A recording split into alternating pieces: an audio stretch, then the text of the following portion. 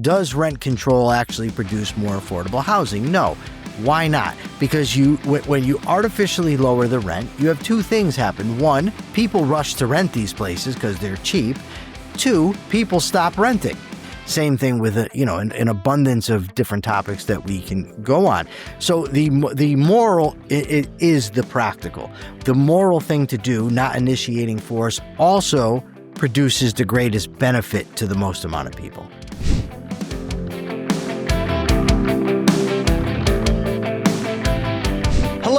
Welcome to another episode of the Let People Prosper Show. My name is Dr. Vance Ginn. I hope you're having a prosperous day.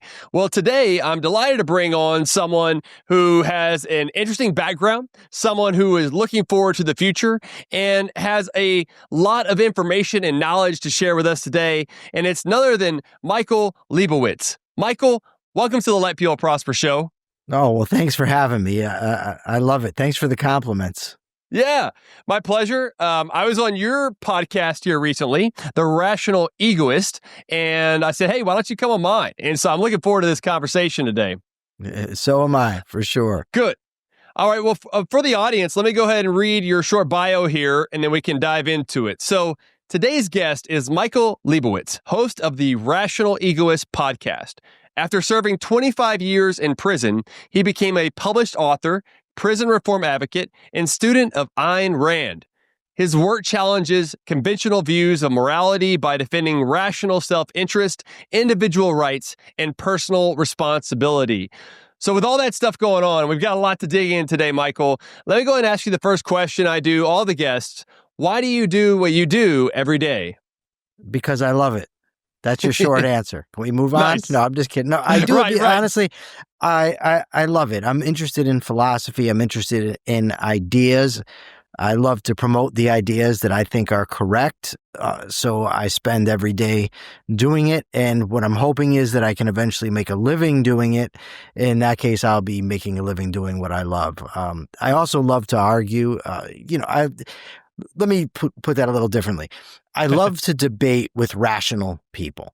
I'm not someone that thinks just because somebody disagrees with me, they're either lying or dishonest. And oftentimes, if you can follow the laws of logic, but maybe we're disagreeing on a premise or disagreeing on a factual matter, whatever, but I can sense that the person's following the rules of logical discourse. When people don't follow those rules, it irks me. So I don't like to argue with those folks. Yeah, it makes sense. Makes sense. And I too like to argue, have discussions along the way, because I think ultimately that's how we learn, right, Michael? I mean, we bounce off ideas, we see what works, what doesn't. Is that what you enjoy about it too? Sure. To be quite honest, I'm good at it. I've always been good at arguing. So nice. There's sort of a natural inclination, I think, for most people to like what they're good at. So using words has always come pretty natural to me. Yeah. I also did a lot of studying of logic and reasoning and argumentation and stuff to enhance it. But I did have the natural ability. So it just feels like I'm me. I'm most me when I'm engaged. When I'm doing this, like right now we're having a conversation, I just feel so comfortable and so at home with myself. Yeah, I love that. And I'm sure that took you years to get to that situation though, right? I mean, it didn't just come necessarily overnight. No. Or did it? I always loved to debate, but I remember through the book, one of the books the first one I co-authored with Brett McCall. It was called Down the Rabbit Hole, How the Culture of Corrections Encourages Crime. And I was invited onto a very popular local talk show in Connecticut here to discuss the book. And the host interviewed me. And when the interview was over, when we were off the air, he said, hey, how would you like to be a regular guest on the show? You can come on. And I said, oh, absolutely. I'd love it. And then I went back to my cell and I said to him, what the hell did I just get myself into? I don't have anything to talk about every week on this guy's show. But after a few times, the first time I went on, I had a paper of all the talking points I had and all that. But then eventually I could now just interview me. I don't really need notes, anything. I just go. Yeah. That's awesome, man. Well, yeah, I wanted to dig in a little bit to your time in prison and Sure. 25 years. I mean, that's a long time, man. I mean, you must have been really young when you went in, and I just wonder like how that influenced your life, and everything else, and how you're able to be a rational egoist or an optimistic in some capacity, given that trying time that you had. I mean, I don't know. I want to hand it to you to be able to explain it, but how do you like to explain that period of your life? Reading, studying, journaling, introspecting. Would be the shortest way to describe it. At some point, and I don't know why this point did it. It's like asking somebody, well, someone overweight who loses a lot of weight on a diet, why this time? Why now? And something just clicks and you say, I'm done with it. And there came a point where I was just sick of living the way that I was living. I wanted better. And so I decided to make improvements. And I had already been reading for a while, studying philosophy, psychology, economics. And it just became, I guess, it couldn't integrate with the drugs that I was doing, the gambling that I was doing. One had to go, and ultimately I decided on the type of person that I want to be. And while in prison, I mean, I read 650 some odd books, got 2 associate's degrees, certificate programs, and I just became something far different than I was when I went into prison. Yeah. Wow. Yeah. And how old were you when you went in? 21. 21. Yeah. Okay. Wow, man. It's wild because I mean we all have different stories. I mean I could go through back when I was a drummer in a rock band and I was living the rock star life with drugs, sex, and rock and roll, and getting caught up in a lot of things around that time in late teens, early 20s myself, man. I used to have, like dye my hair black and have red tips and 10 gauge earrings in both ears and just live a whole different life before, for me. I mean, I could have ended up in prison or dead or something else. And the thing that woke me up was I got in a major car accident where we rolled 6 times, going 120 miles an hour, racing another car in Houston, which is where I grew up. And I believe that God saved me to give me a calling to let people prosper. Like I don't really know how else to explain it. Like my whole life just turned in a different direction. And it seemed like maybe that was something too for you that really was able to transform your life into something better. Is that how you see it? It is. I don't know if you can hear my dogs howling. I have 5 dogs, and whenever an ambulance goes by, they howl as if it's in unison. You know what I mean? I hear it a little bit, but it'll be fine. Yeah. When you said you were in a rock band, I actually thought to myself, was it a hair band? You know what I mean? It's interesting, and I don't know if this answers it, but I hope so. Yeah. Everybody in life has struggles, right? And it has different things that they do and different paths that they can take. And it's like when you're in prison, for instance, some guys get a year and some guys get 30. And a guy that's doing 30 years will often say, oh, if I was that guy doing the 1 year, I would never complain. But that's pure BS, because when you're the guy doing the 1 year, that 1 year is forever.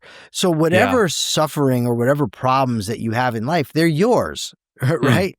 So they seem like a lot. It doesn't matter who you are, what you're going through. Your troubles seem like a lot. So you go through this thing, you're living a life where you're driving fast cars, you're doing drugs, you got the women going around. That's a wild lifestyle. So to you, it took that car accident and that wakes you up. And everybody's point is probably different as far as what wakes them up.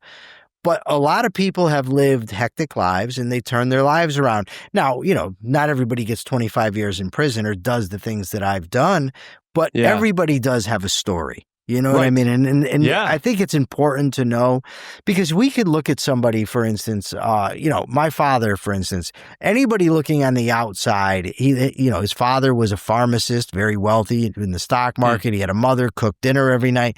And anybody on the outside saying, oh, look, this guy's got it made. But my father was actually adopted. So he had to deal with that, the abandonment issues. His mother was an alcoholic. His father was a control freak. He had it very rough at home, but nobody on the outside sees that. But it was his story nonetheless, and we all have them. Yeah, man. Yeah. Yeah. It's interesting kind of bringing some economics, right? To seen versus the unseen, even in our daily lives. Like Yeah. most people would see me now and wouldn't think I would have been a rock drummer back in the day. And this was like the late 90s, Michael. So it was like our inspiration at the time was like Korn and Deftones and Tool and stuff like that, man. That's the type of music that we were playing back then. But I came up from a single mom. My dad had epilepsy. Saw him have thousands of seizures. He lived with his mom most of my life, and my mom struggled and went through periods of drugs and other things that was going on. And, it definitely took me in a direction that I was trying to numb the pain, if you will, for a while of how all that was going through. And then through that wreck, through my studies in economics and getting a PhD in economics as a first generation college student, really kind of turned it around. And that's why I was so excited to talk to you, Michael, about, because I've never had someone on the show, and I've had 170 episodes now of someone who had been in prison and went through that, because I can only, and some of my friends went to prison too, right? And I can only imagine though, how, what that takes on you and the toll that it can take day to day, going through all that. I don't know how you did it, to be honest. It's funny because somebody actually asked me this yesterday, a friend of mine, about the stress in prison. And there are some extreme stress points that can happen, but by and large, it's just like a constant, almost like, pressing slightly down the stress. So it's a very noisy environment, and noise is a big stressor, especially for me. I hate noise. Yeah. And guys are always yelling, they're slamming dominoes, and especially when you're trying to focus. I mean, I'm trying to read, human action, for instance. Yeah. Yeah. And you can't, when you're reading something like that, you can't miss a word, or you lose it's like doing a math problem and then you get interrupted midstream. You got to start over. And that happens a lot. So it's things that most people probably wouldn't think about prison that are stressful. It's not you're going to get stabbed or you're going to get assaulted. I mean, that stuff happens, but it's rare. But you're living with a guy in an 8x12 cage, that's every day. And this guy getting aggravated because of the way you're breathing or whatever, that's every day. The noise is every single day. Yeah, the deprivation of liberty is every day. That's the stuff that's stressful. But it becomes like, people say, well, how did you do it? It becomes it's your life. You get up, you go to work, you do your thing. I read a lot and wrote and stuff like that. So that's just my daily routine. Now, obviously, I've been out almost 3 years. I like freedom better, but I was still living my life nonetheless. Yeah. Awesome, man. Are you a godly man? Are you a religious man at all? Or did that help you at all? Or not really? Or atheist to the core. Okay. I wasn't sure exactly, so that's why I always like to ask. Because for me, that spiritual journey is something that I went on myself, and not everybody goes in the same direction. Did you also, because while you're in there, you got a lot of time to read, would you read the Bible or other types of religious books while you're in there? Yeah, I've probably read the Bible cover to cover, I'd say 3 times maybe. Okay. Yeah. I've dabbled in Christianity and Buddhism and Judaism. I read the arguments for the existence of a God, whether it be Saadia Guyom's Creation Ex Nihilo or Thomas Aquinas' arguments for God, William Dembski's Intelligent Design. I mean, I read a ton of it. And went through it, but ultimately my studies and my thinking led me to the place where I just didn't believe it any longer. Which I'm okay with. I don't. Sure. A lot of people equate atheism with ethical relativism or ethical nihilism, but I'm neither. I'm an objectivist in the Ayn Rand's meaning of the term, and I firmly believe in objective morality. Got it. And it's helped me immensely, by the way. It's the essence of who a person is the person's thinking and the person's mind and consciousness. And the philosophy stuff deals a lot with that. So does, psychology as well. Sure. Yeah. We're, speaking about debates and stuff like that, but not necessarily getting into a debate, but what's your perception of, like, for me, for example, I'm a Christian, I go to church and everything else. I mean, is there necessarily like a judgment? Like, I don't necessarily judge you for being atheist or something like that, but it's just, I believe that each person is individual. No, you do. I do? Yeah, of course you do. It's impossible not to. You obviously think that I'm wrong. right? Yeah. So you're judging me to be wrong. Now, you may not judge me in the sense of saying, well, now this guy's a horrible human being. Right. You know, but and by the way, I don't do that either. I'm not sitting here thinking you're a horrible human being. Yeah. But you do think I'm wrong, and you do think if I persist in my ways, if you're consistent, that I'm going to go to hell. There's really no. Well, there's no, and you know that's true. That's fine. What irks me often is when I'll criticize a religious person. And it's like, that's supposed to be sacrosanct. Like, I can't, you're not supposed to do it. But yet that same person thinks I'm going to hell. One of us is wrong, right? And I'm okay with that, because you and I could disagree on, marginal utility theory, or was Mises right about the a priori nature of economics? We can disagree on that, and I don't think that makes you a jerk. So I don't think it makes you a jerk because your religion says you think I'm going to hell. I think it makes you wrong. And in academic debate settings, I would argue against you with everything that I have, and I would expect you to do the same thing. Yeah. No, that's good points. It's good points. And, I think that there should be more civil discourse these days about these types of things. I mean, we just had Charlie Kirk get shot here recently, terrible tragedy going on just for speaking his mind. And people got upset with it about that. And when we get to a situation where freedom of speech, the First Amendment comes into question about religion and other things and differing opinions, we've really lost America. We've lost a lot of our founding of where we're at. And it really wakes me up. I remember, Michael, like whenever I should have watched the videos, when the close-ups and stuff like that, but it really, it affected me in a lot of ways, in the sense that this is what I love to do too. To your point, like I love talking to people. I love getting out in crowds and explaining my view on things and economics or whatever else. And when I've got to also worried about getting shot, man, I mean, maybe 20 years ago when I was in the streets of Houston, that would have been one thing. But nowadays, like dressed up like this, getting shot is just crazy. I mean, I don't know. What did you think about some of that? I have a lot of thoughts on it. But one of the things is just like you said, he's just out there speaking, sharing his mind, And I think about social media, for instance. Yeah. And people often, I mean, I've had people outright threaten me with physical harm on social media, and a lot of on social media, and this kind of gets into the free speech thing, right? Because I think that people should be free to have anonymous accounts if the owner of the platform wants to allow it. Whether I think the owner should do that or not is a different question, but I certainly don't think the government should be involved. But there's so many people with anonymous accounts. You don't know if they're bots, if they're real people or what, just saying all kinds of crazy things. And this guy was just out there arguing, debating with college students, and next thing you know, his life's over. He doesn't even, no idea it's coming. That, to me, that's scary, because I would do that. I would go to colleges and, debate with kids, and you never know when that sort of thing is going to happen. Yeah, it's wild, man. We live in a wild world. That's for sure. I want to dig some in though to the economics, right? Like sure. For me, I consider myself a free market economist. I come from like an Austrian school, Chicago school, institutional economics like Douglas North and folks, and public choice economics, some James Buchanan and others that are there. And some of those have some tension, right? Like the Austrian school and Chicago school with Friedman and Mises and Hayek and stuff. But there's also like a common, what economist Peter Bedke at George Mason calls the mainline economics versus mainstream, which is more of your Keynesian economics and stuff like that. And I got into this when I was in college. One of my professors handed me Capitalism and Freedom by Milton Friedman, and I just like soaked it up, man. It just made sense of how the world worked. But I wonder for you though, you talked about Mises already, you talked about Ayn Rand already. What kind of got you fired up about economics and the economic way of thinking? It's interesting because the book that got me interested in it, and I was showing you here, I got right here, Friedman, Monetary History. Go. Yes. And then here I've got Rothbard, The History of Money and Banking. So Yep.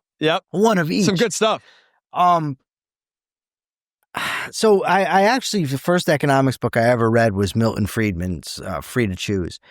Yeah. And that's basically Capitalism and Freedom 20 years later, right? It's just more examples, a little bit more depth, written with his wife. And I thought it was wonderful, just the way in which I saw that how economics helps you to think, to see, like you mentioned Henry Hazlitt's idea of the seen and the unseen. Yeah. Right. And it's just a phenomenal way of thinking that you go beyond appearances and beyond what would be intuitive. Like intuitively, I think most people would think, well, you raise the minimum wage, it helps poor people. Well, not so fast. You know, and it's like that rent control, whatever. There's so many things that you can examine when you think economically. And I once had a discussion with a guy I was mentoring on economics, and we were talking about the Laffer curve, you know, supply side economics.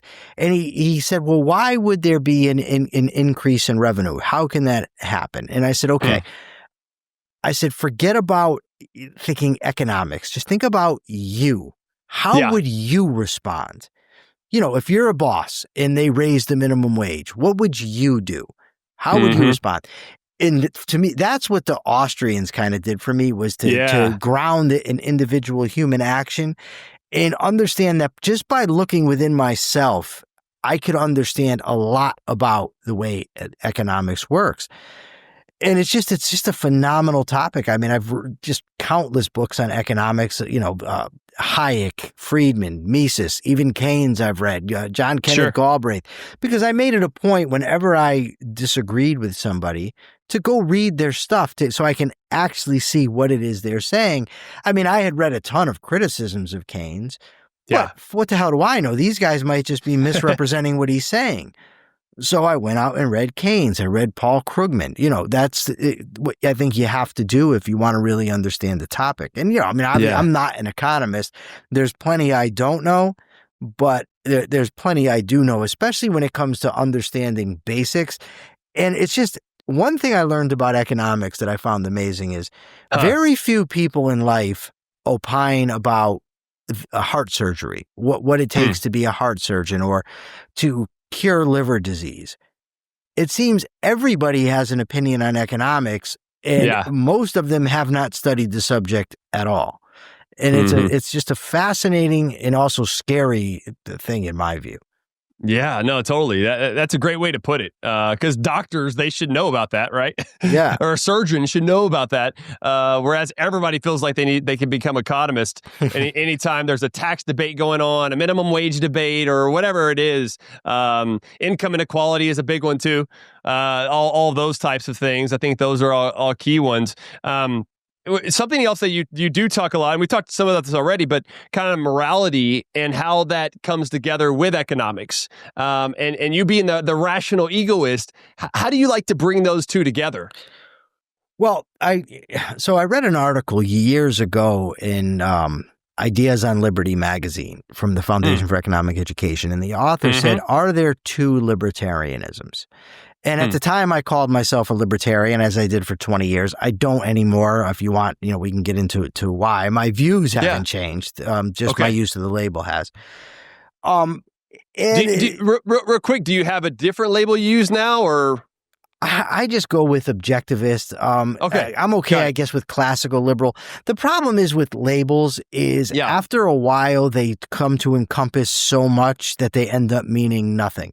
Like if I say to you, I'm a libertarian, okay, what do I mean? Am I a Lockean? Am I an anarcho-capitalist? If I'm an anarcho-capitalist, am I an anarcho-capitalist in the Rothbard tradition or Hoppe? Or do I follow David Friedman? What are my thoughts on intellectual property? You know, there's just so many different things that the term libertarian can encompass. I just personally, there was too much in there that I did not like, that I abhor, that I did not want to be associated with. And so I stopped using it. But anyway, so the article was about two libertarianisms, and basically it was about your utilitarians like Mises and your natural rights theorists like a Locke and even a Murray Rothbard or, you know, an Ayn Rand. But Ayn Rand teaches that there can be no dichotomy between the moral and the practical. So if something's moral, then it's practical. So when I advocate for capitalism, usually I would make the argument, for instance, that people should morally be free to do whatever they want as long as they're not initiating force against somebody else. That includes producing trade, entering into voluntary contracts. So if I'm a business owner and I enter into a business relationship with an employee, that employee and myself should be able to negotiate the wage that I'm going to pay. It's no third party's job to come in and initiate force by means of a threat to tell me what I should pay that guy or what he has to make. Same thing with tariffs. I mean, you could run down the line that all these regulations on the economy are initiations of force. Yeah. And so that would be immoral on the part of the government doing it. They're violating my rights and the rights of anybody else who wants to engage in voluntary transactions. Now, it also happens to be that when the government does this, it does not, Mises said, look, let's take them at their word that these are the results that they want. And then let's see if what they're advocating gets them there. So does rent control actually produce more affordable housing? No. Why not? Because when you artificially lower the rent, you have two things happen. One, people rush to rent these places because they're cheap. Two, people stop renting. Landlords stop building because it's not worth them to do it any longer. So you just end up with shortages. Same thing with the minimum wage. Same thing with an abundance of different topics that we can go on. So the moral is the practical. The moral thing to do, not initiating force, also produces the greatest benefit to the most amount of people. Got it. Yeah. That makes sense. And two, with your focus on Ayn Rand, which book did you read first, and what kind of got you into that route, more on the objectivism route? Wow. It's funny. There's a book I Jerome Tassil, I think, wrote it, called that usually starts with Ayn Rand. With me, it didn't. With me, it started with Milton Friedman. Okay. Yeah. And I was involved when I was still free. I got involved with the Amway business for a brief period of time. The Amway business has a teaching system where they have about 70 books that you read. So when I was in prison, I reached out to the guy that got me in Amway. I said, hey, listen, I'll buy the books. Will you send them to me? And he said, yeah. Two of the books, one was Milton Friedman's Free to Choose, and another one was Frederick Bastiat's The Law. So after reading Free to Choose, and it's interesting because this is the dichotomy that was mentioned in the article I was talking about between two libertarianisms, right? Friedman is making the utilitarian economic argument. Frederick Bastiat is making the natural rights argument.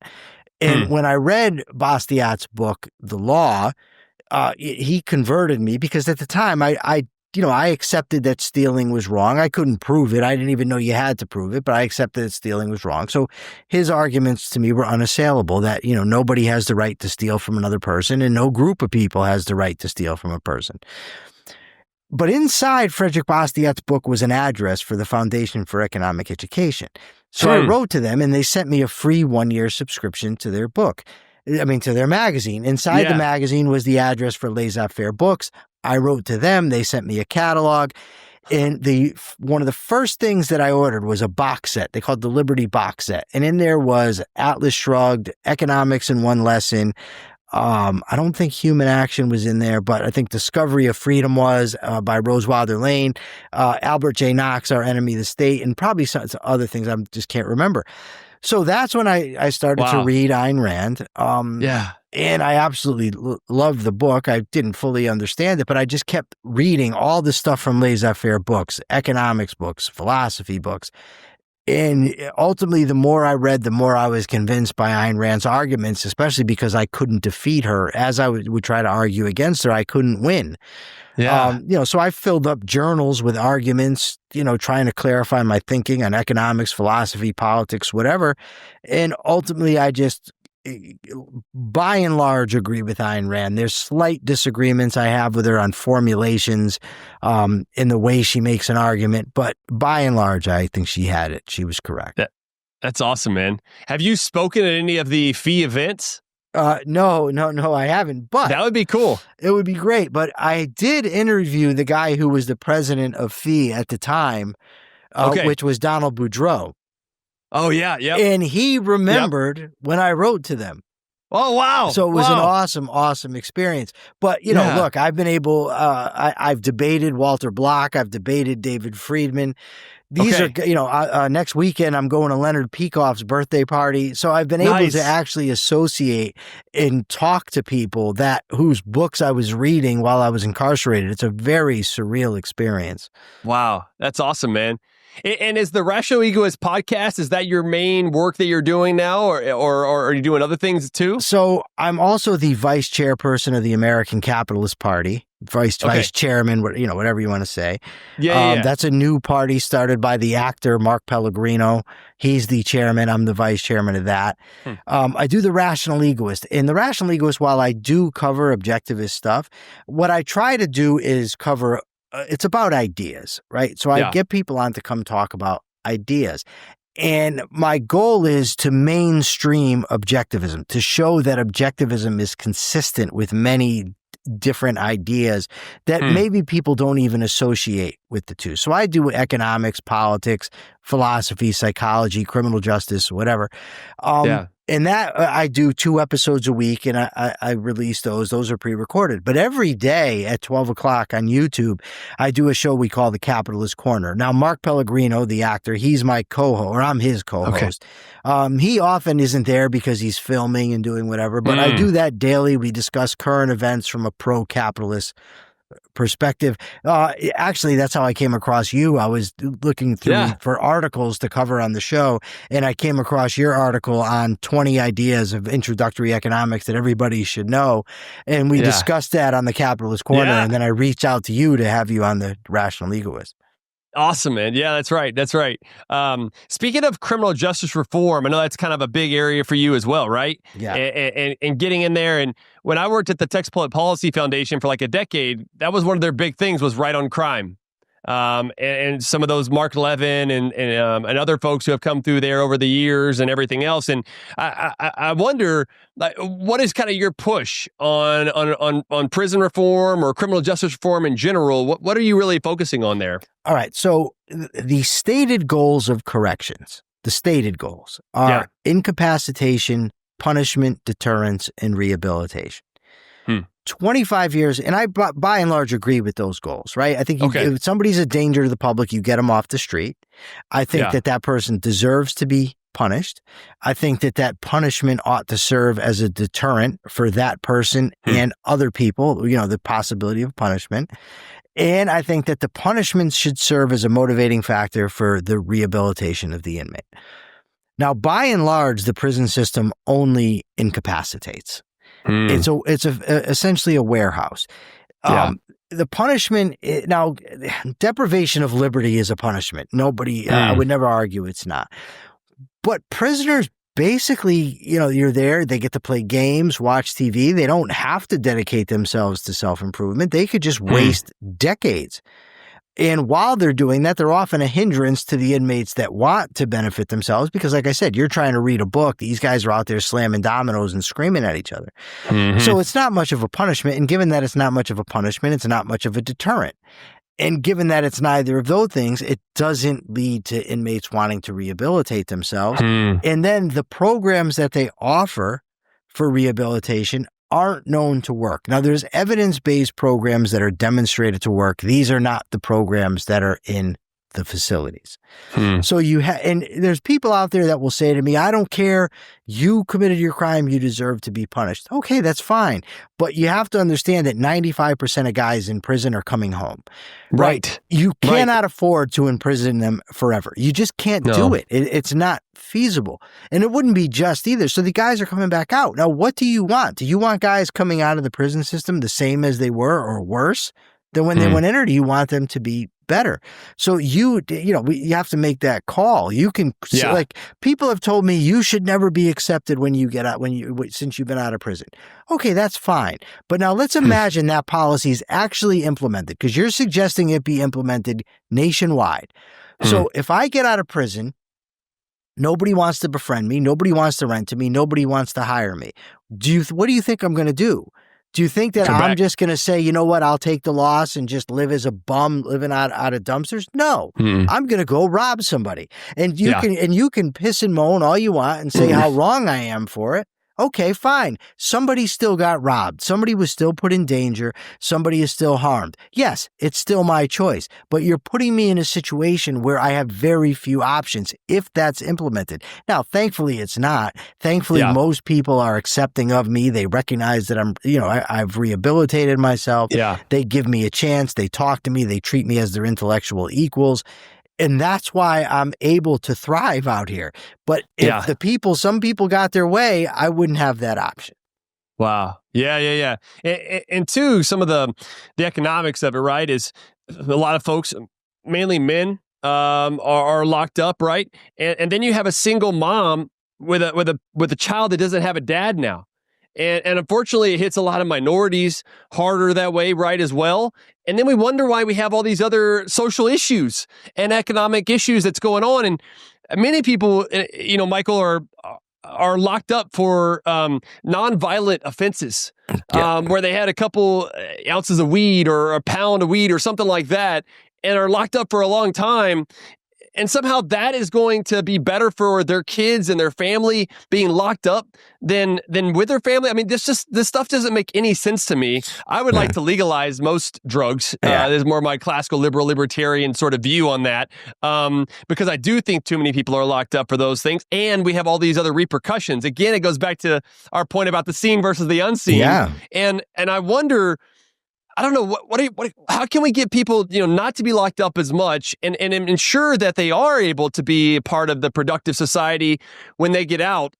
You went through that a little bit, but maybe what are some of the other details that maybe we as listeners the war on drugs? The war on drugs is such a creator of crime. Right? Yeah. First of all, you automatically create a whole bunch of criminals who are using drugs because it's illegal to possess them. Right? So you start off with that, but you also create a black market that's very lucrative and dangerous. And the fact that it's illegal means that your average run-of-the-mill person doesn't want to do it. So the worst people are going to go get involved in it. Now, those worst people, it's not like you can, you have a private property spot where you can exclude other people. You have corners that you have to run by force, or territories that have to be run by force. You can't call the cops, and if somebody comes and robs you, you can't call the cops. You can retaliate. So you end up with various gangs competing with each other for territory. They're killing each other. But you also, so that's one end of the crime. But then you also end up with a guy. Now, alcohol is very addictive, but you generally don't have people doing robberies and looting stores to pay for their alcohol. Does it happen? Sure. But even you have functional alcoholics who can go to work every day and support their habit because it's relatively cheap. And even if you look at, a homeless person that's an alcoholic, they're returning cans and they're able to get their fix, whatever. But you've so priced out, heroin, for instance, out of the market that somebody can't afford to pay for that with a 9-to-5 job. So they end up committing crimes. So then you have that. You also have women that turn to prostitution. The prostitution's also illegal. So now the women are going to jail for that. If you were to end the war on drugs, you would significantly reduce the prison population. Now, of course, somebody that's a gangster isn't going to say all of a sudden, oh, you know what? Drugs are legal, so I think I'm going to go legit. No, they're still going to be criminals. Sure. But they're going to be committing different crimes, and it'd be far easier to target because now your resources are freed up. You don't have police chasing down, your average guy on the street buying a nickel bag or, buying a bundle of heroin or a dime bag of crack. Now they're focused on real criminals. It would just be so much more cost effective. And there's so much misinformation about drugs out there that it's aggravating me just thinking about it. I know. And to kind of stay on that just for a second is it also leads to cartels and the action that's going across the border. I mean, and immigration, right? It influences so many other things in our lives and people are trying to crack down on the border. I'm in Texas, right? And so they're like, well, we got to cut down on the cartels. But at the same time, they want to ban THC and ban other things in Texas, which is going to contribute to more of that illegal activity. It's wild, man. Absolutely. Well, as we're kind of wrapping up some here now, and it's a great conversation, Michael, I really appreciate you being on the show. with all the stuff that you're doing and thinking back that 25 years that you were in prison and everything else that's going on, you got your life going well now. Like, what's the legacy that you hope to leave behind, man? That you hope to provide something for the future that's going to be optimistic and really help out people, to let people prosper, if you will. This is going to sound crazy. I don't care. Okay. I'm going to be dead. I'm going to be gone. Yeah. So, so at that point, I'm not going to care. So I like to look at it more of what I would like to accomplish, right? What would I like to accomplish with my life? First of all, I want to be happy. I want to enjoy my life. I want to be productive. I want to help to create the type of society that I want to live in. Now, that entails a lot of different levels, right? It entails helping individuals to grow, to become more independent, more self-responsible, so that they want to be entrepreneurs, work for themselves, create for themselves, don't want to rely on a welfare state, don't want to have to rely on a union to get them a job that they're not qualified for. They'll support getting rid of things like the minimum wage and understanding human volition and that humans ought to be free. They would not support things like the war on drugs. So, and the individual level, there's that. Also, helping people to adopt the morality that I think is correct, which is rational egoism. And as they do that, they would support more policies that are, they would adopt the individual rights perspective. How to get there is, a discussion for a different day, but nevertheless, the one leads to the other. So they would support a government that protects rights rather than violates them, teach people economics so that they understand that the moral and the practical are one, that the consequences are not going to be bad for them if there's a free market, that it's in their interest, in the interest of their loved ones, to have freedom. So if I can push those ideas, if I can help expand those ideas and ultimately make money doing it, which is my goal, I'm good. I'm very happy with that. Love it, man. Love it. Well, I really appreciate you being on the show. Where's the best place again for everyone to find you? I'm going to make sure to put this in the show notes page, but I'm I want everywhere. to hear from you. I'm on Facebook. I'm on X. I'm on TikTok. I'm on Instagram. And I'm on YouTube. The Rational Egoist, The Capitalist Corner. Mark and I are doing a new show now called Self-Made Soul, the intersection between philosophy and psychology. So that'll be out there. Yeah, look me up. Hit me up on Facebook, on X, whatever. If you want to argue with me, just be respectful and we can argue about it. Awesome, man. Awesome. Well, you're a great human, and I really appreciate being on the show, and keep up the great work, Michael. Thank you so much. You too, man. Really appreciate it. Thank you. Thank you. Well, for the audience, thank y'all for joining us here today. Go and check out the great work that Michael's doing on the Rational Egoist. Don't miss this podcast there and other things. I'll make sure to put this in the show notes. Remember, you can find all this information at vanceginn.com or go to my Substack, vanceginn.substack.com, where you can find the show notes and a lot more. Until next time, God bless you and let people prosper.